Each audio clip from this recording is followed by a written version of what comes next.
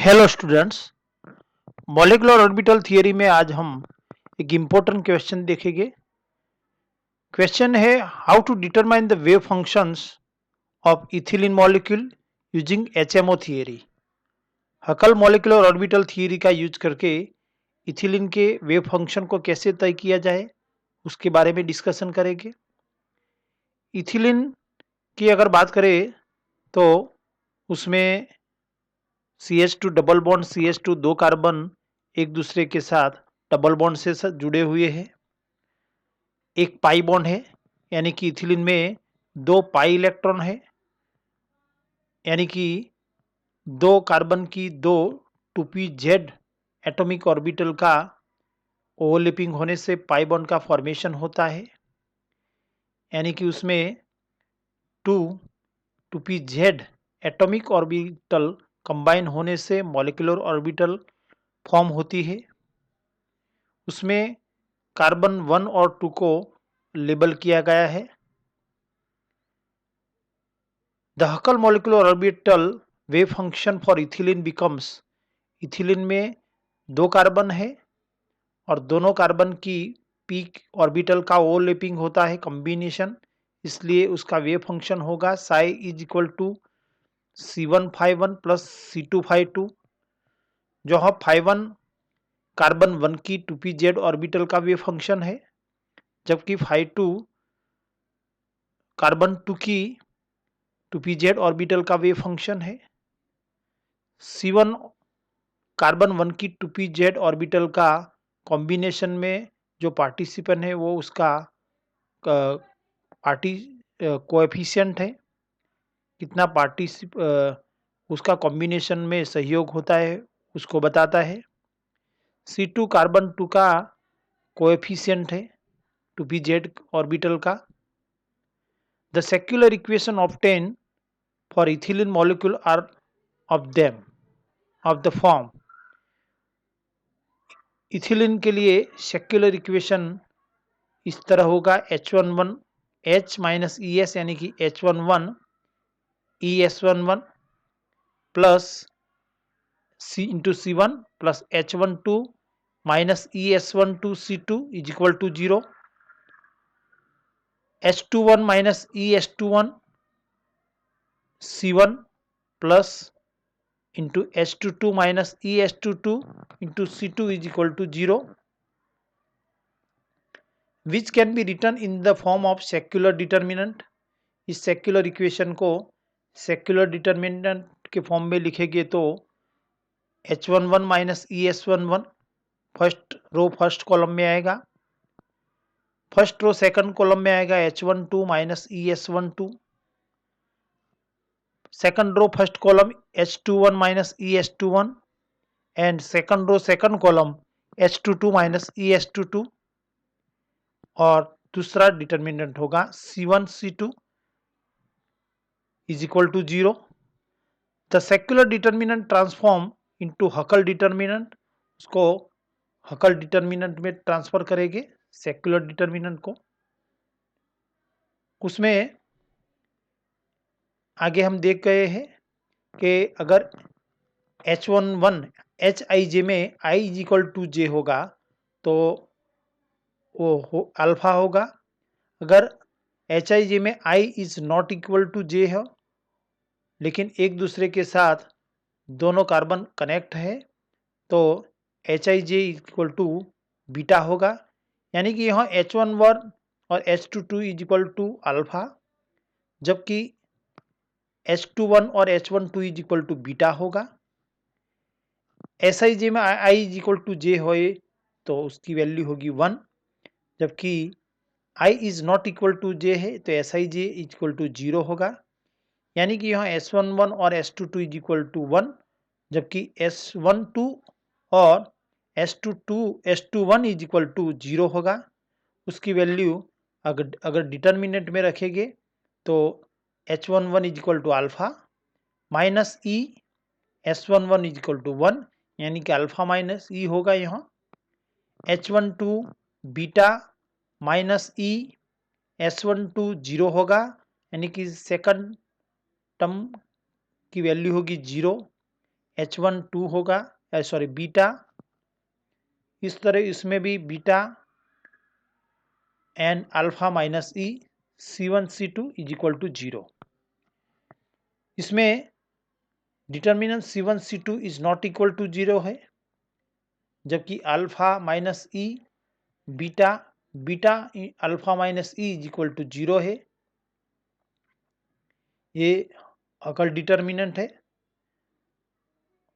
उसमें अगर दोनों साइड पे हम बीटा से डिवाइड करेंगे तो alpha minus E upon beta, beta से डिवाइड करने से यहाँ 1 होगा, यहाँ 1, alpha minus E upon beta is equal to 0 होगा। Alpha minus E upon beta की जगह पे अगर x रखेंगे तो x1 1x is equal to 0 होगा। यहाँ क्रॉस मल्टीप्लिकेशन करेंगे तो x into X X square minus 1 into 1 1 X square minus 1 is equal to 0 होगा, और X square minus 1 is equal to 0 यानी कि X square is equal to 1, और so x is equal to plus और minus 1 होगा। यानी कि यहाँ x की दो वैल्यू मिलेगी, x प्लस 1 और minus 1।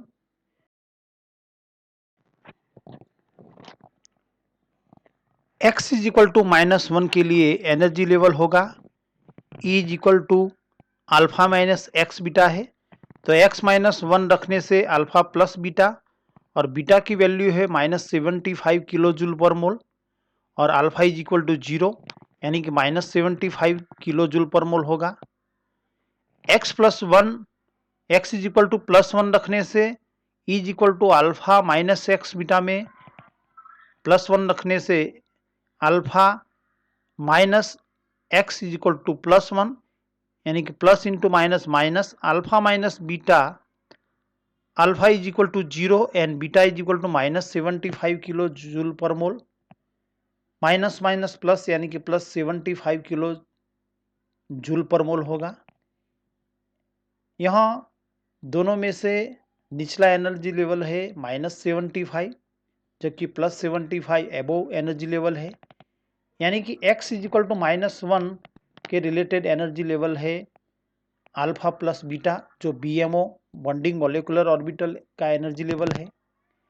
x is equal to plus के रिलेटेड एनर्जी है प्लस 75 किलो जूल पर मोल, यानी कि alpha minus beta anti bonding molecular orbital का एनर्जी लेवल है। अब हम उस दोनों वैल्यू के जरिए हम HMO कोएफिशिएंट की वैल्यू तय करेंगे। x जहां x is equal to alpha minus E upon beta है,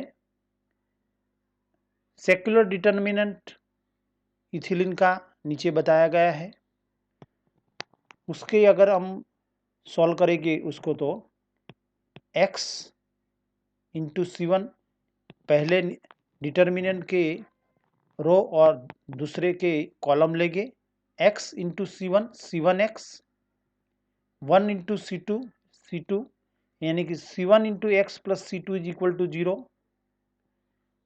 सेकंड रो और इसकी कॉलम लेंगे तो 1 into C1 C1 plus x into C2 यानी कि C2x बराबर 0 होगा, यानी कि सेक्युलर डिटर्मिनेंट को सॉल्व करने से C1x plus C2 is equal to 0 and C1 plus C2x is equal to 0, उसको इक्वेशन नंबर 1 कहेंगे। We now solve the set of equation by the method of elimination, और उसके जरिए बॉन्डिंग BMO और anti bonding molecular orbital ABMO का wave equation तय करेंगे। यहाँ C1 और C2 दोनों कोएफिशिएंट की वैल्यू तय करने के लिए x is equal to -1 BMO के लिए, जो x इज इक्वल टू +1 जो ABMO के लिए था उसका यूज करेंगे, और उसका C1 और C2 कोएफिशिएंट की वैल्यू तय करेंगे। BMO के लिए है जो साइवन है, उसके लिए x इज इक्वल टू -1 है। x is equal to -1 value को अगर हम इक्वेशन 1 में पुटअप करेंगे तो C1 into X is equal to -1, यानी कि C1 into -1 plus C2 is equal to 0 and C1 plus C2X, X की जगह पे -1 रखेंगे तो C2 into -1 is equal to 0, C1 into -1 यानी कि -C1 plus C2 is equal to 0। यहाँ C1 प्लस C2 इंटू -1 यानी कि -C2 होगा, यानी कि C1 minus C2 is equal to 0, यानी कि दोनों केस में C1 is equal to C2 होगा। C2 लेफ्ट साइड के रखेंगे और -C1 को राइट साइड पे ले जाएंगे तो C1 is equal to C2 मिलेगा।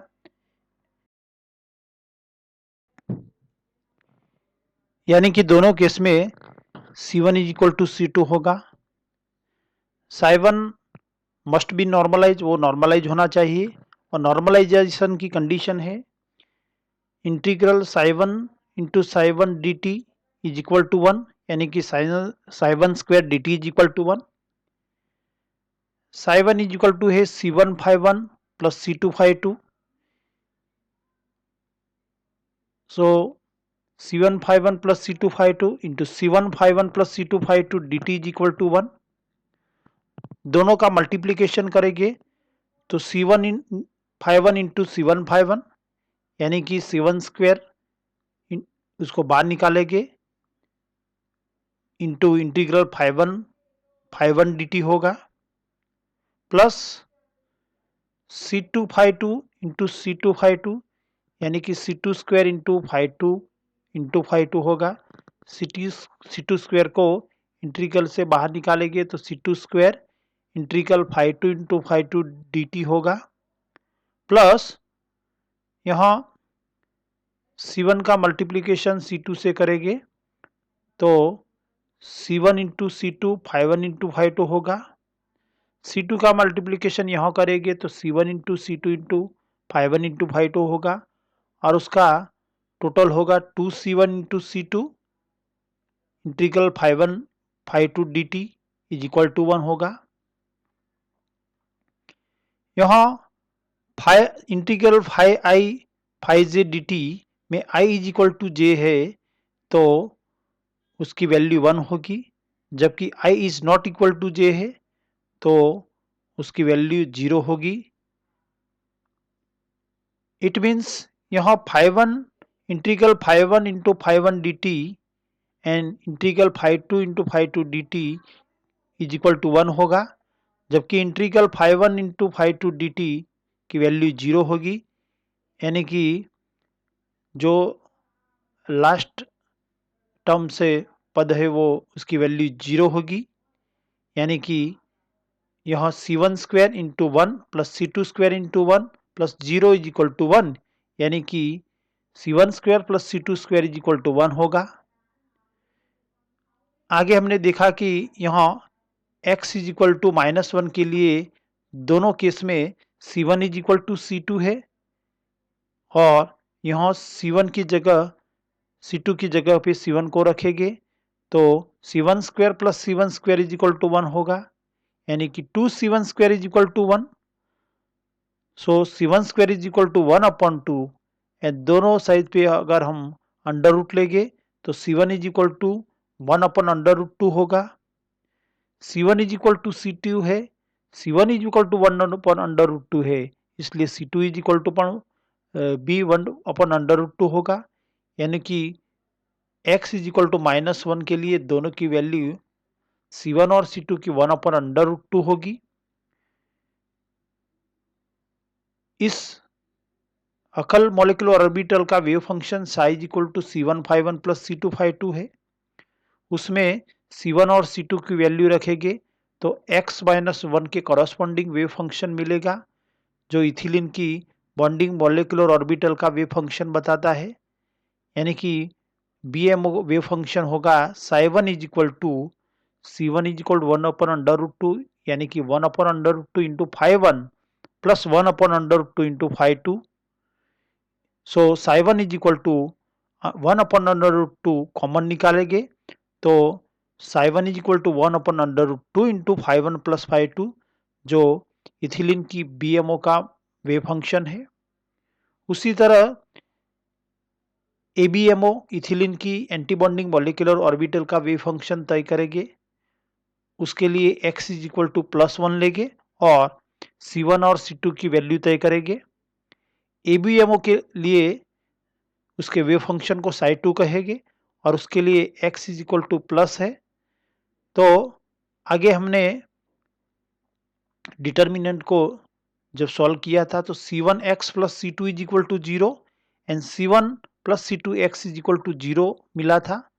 उसमें x इज इक्वल टू +1 रखेंगे तो C1 plus C2 is equal to 0 and C1 plus C2 is equal to 0 मिलेगा, यानी कि C2 is equal to -1 in each case. दोनों केस में C2 is equal to -C1 होगा। The sum of square of condition coefficient is always unity. आगे हमने देखा, उससे हम कह सकते हैं कि जो कोएफिशिएंट है उसके स्क्वायर का सम हमेशा ऑलवेज 1 होता है, यानी कि C1 square is equal plus C2 square is equal to 1 होगा। ABMO की कंडीशन में C2 is equal to -C1 है, तो C2 की जगह पे -C1 रखेंगे तो C1 स्क्वायर प्लस C2 की जगह -C1 square is equal to 1, यानी कि C1 square plus C1 square is equal to 1 होगा। So 2C1 square is equal to 1 and C1 square is equal to 1/2 होगा। दोनों साइड पे अंडर रूट लेंगे तो C1 is equal to 1/√2। C1 is equal to 1/√2 है और C2 is equal to -C1 है, इसलिए C2 इज इक्वल टू -1/√2 होगा, क्योंकि दोनों की साइन ऑपोजिट है। C1 और C2 की वैल्यू को हम वेव फंक्शन में रखेंगे, इथिलीन के वेव फंक्शन में। तो x-1 के करस्पॉन्डिंग जो C1 और C2 की वैल्यू मिली है वो इथिलीन की एंटी बॉन्डिंग मॉलिक्यूलर ऑर्बिटल के वेव फंक्शन को बताता है, उसको हम psi2 बताएंगे, यानी कि psi2 is equal to C1 is equal to 1/√2 रखेंगे तो psi2 is equal to 1/√2 into 5/1।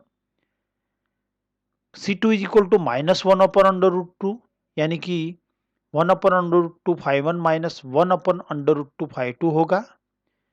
यहाँ 1/√2 को हम कॉमन निकालेंगे तो psi2 is equal to 1/√2 into 5/1 minus 5/2 मिलेगा, जो इथिलीन की एंटी बॉन्डिंग मॉलिक्यूलर ऑर्बिटल का वेव फंक्शन है।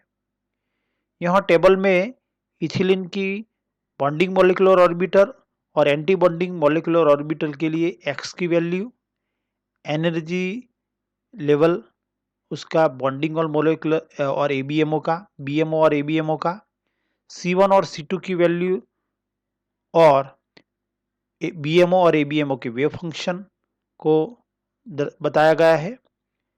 BMO में नोड 0 है जबकि ABMO में नोड 1 है। Thank you for watching.